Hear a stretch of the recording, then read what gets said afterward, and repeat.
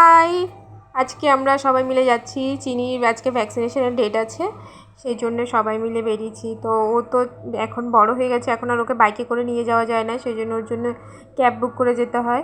এবারে ও তো দুটো সিটে একাই বসে আছে, আমি কোনো রকম আমাকে ধাক্কা দিয়ে সরিয়ে দিয়েছে, আমি কোনো রকম বসে আছি এখানে। আর আমরা যাচ্ছি হলো সল্টলেক সেক্টর 3 সুকান্তনগর। এটা হলো সরকারি হসপিটাল। এখানে ডাক্তাররা খুব ভালো, মানে শুধু ওষুধগুলো বাইরে থেকে কিনতে হয়, আর এমনি কোনো টাকা পয়সা লাগে না, সবাই আসতে পারে ওখানে, খুব ভালো চিকিৎসা হয় এখানে।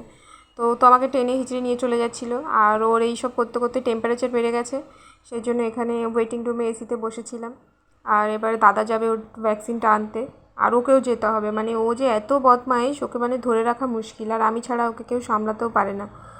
তো ভেতরে ভিডিও করা বারণ ছিল, সেই জন্য ভেতরে আর ভিডিও করা হয়নি। তো ওকে ইঞ্জেকশনটা দেওয়া হয়ে যাওয়ার পরে আমরা বাড়ি চলে আসছিলাম। আমি যেই ক্যামেরাটা অন না করলাম অমনিও লজ্জা পেয়ে গেল, ও ক্যামেরা দেখলেই লজ্জা পেয়ে যায়, অনেক কষ্ট করে ওকে নিয়ে আমি ভিডিও করি। আর এই যে ডাক্তার অনেকগুলো ওষুধ দিয়েছে, ওরা একটা খাবারও দিয়েছে, আর এটা ওকে সকালে 50 গ্রাম করে খেতে বলেছে, কারণ ও খুব মোটা হয়ে যাচ্ছে, আর ওর ডাক্তার ওর ডায়েট চেঞ্জ করে দিয়েছে।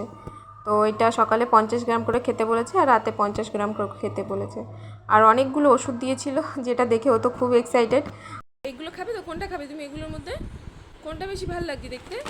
তো ব্যাস এই কয়েকটাই ওষুধ ছিল, যেটার দাম প্রায় হয়েছে ওই 7,000 টাকা মতো।